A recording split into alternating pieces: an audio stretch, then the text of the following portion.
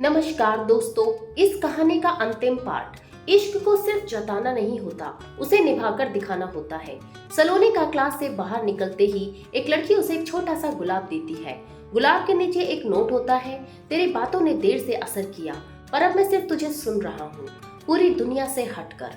वो लड़का जो अब बदलना सीख रहा है। सलोनी मुस्कुराई नहीं, लेकिन नोट को धीरे से बैग में रख लिया।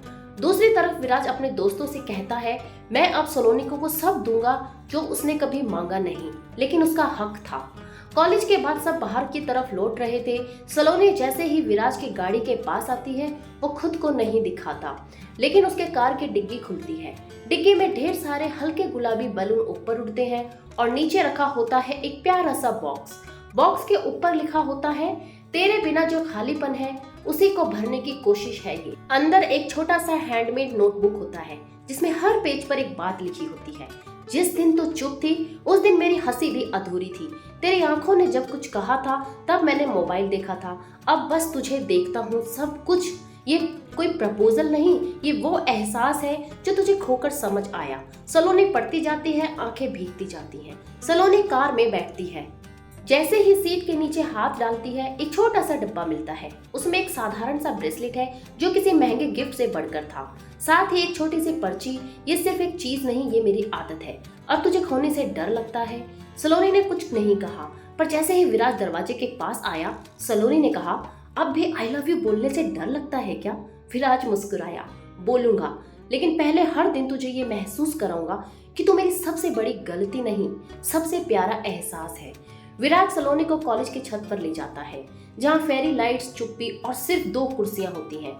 सलोनी जैसे ही बैठती है, वो उसके कान में धीरे से कहता है, तू वो खामोशी थी जिसे मैंने देर से सुना, पर अब हर रोज तुझसे बात करूंगा, तेरे बिना बोले भी।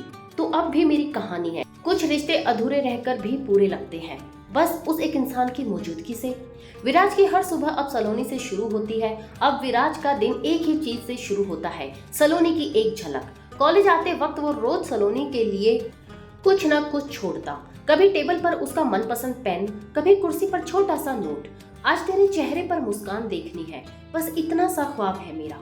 वो सामने से नहीं आता, बस दूर से देखता कि सलोनी पढ़ते हुए मुस्कुराई या नहीं। नेहा, सलोनी की दोस्त, उससे कहती है, तेरे लिए कोई रोज फूल लाता है, नोट्स देता है, इतना सब कर रहा है, अब तू कब तक नाराज रहेगी?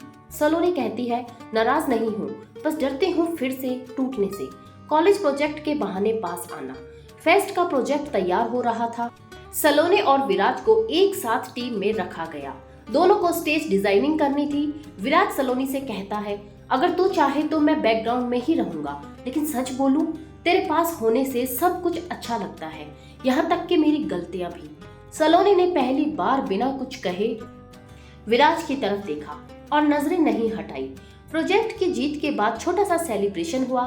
जैसे ही सलोनी घर लौटने को हुई, उसकी स्कूटी के हैंडल में एक छोटा सा गिफ्ट लटका था।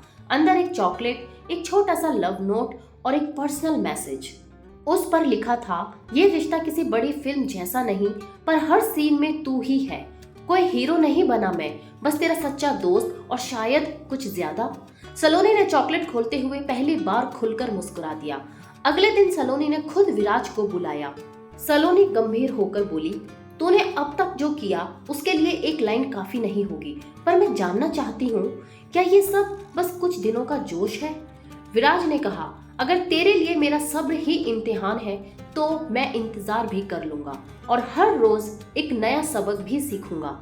सलोनी धीरे से बोली, तू अब भी मेरी कहानी बन सकता है विराज, पर पन्ने मैं पलटूंगी। मैं अब तुझे मौका दे रही हूँ, तू बस उसमें पूरी तरह जुड़ा रहे, बिना शर्त, बिना थके, बिना बदले।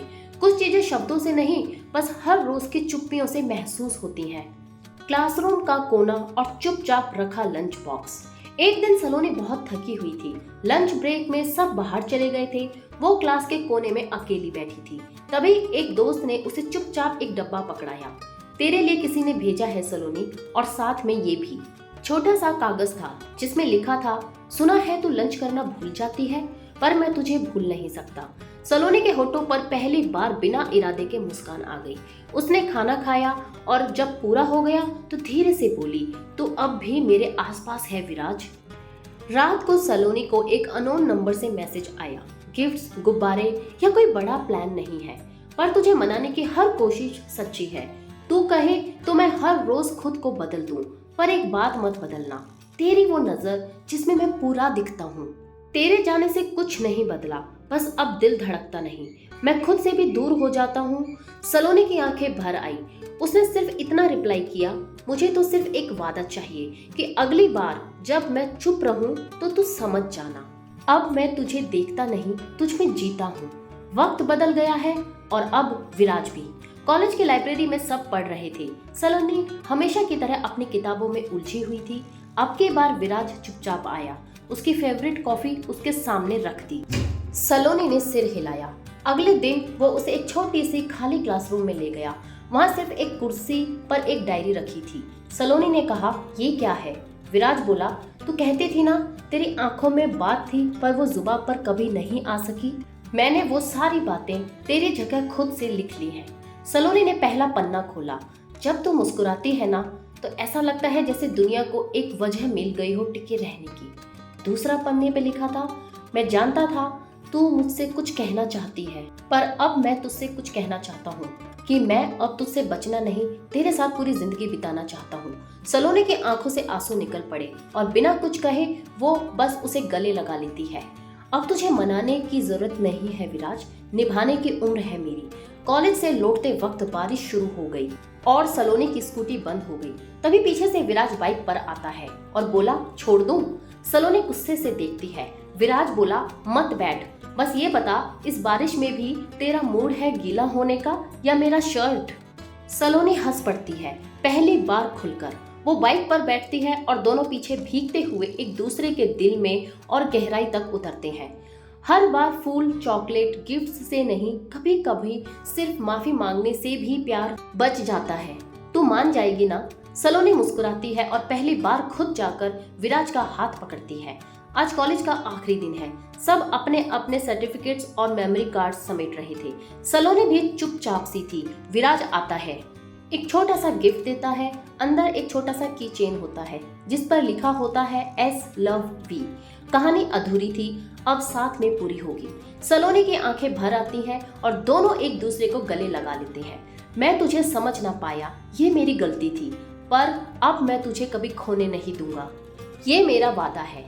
तू मेरी कहानी नहीं, मेरी आखिरी लाइन है, जिसके बाद कोई शब्द लिखा ही नहीं जाएगा।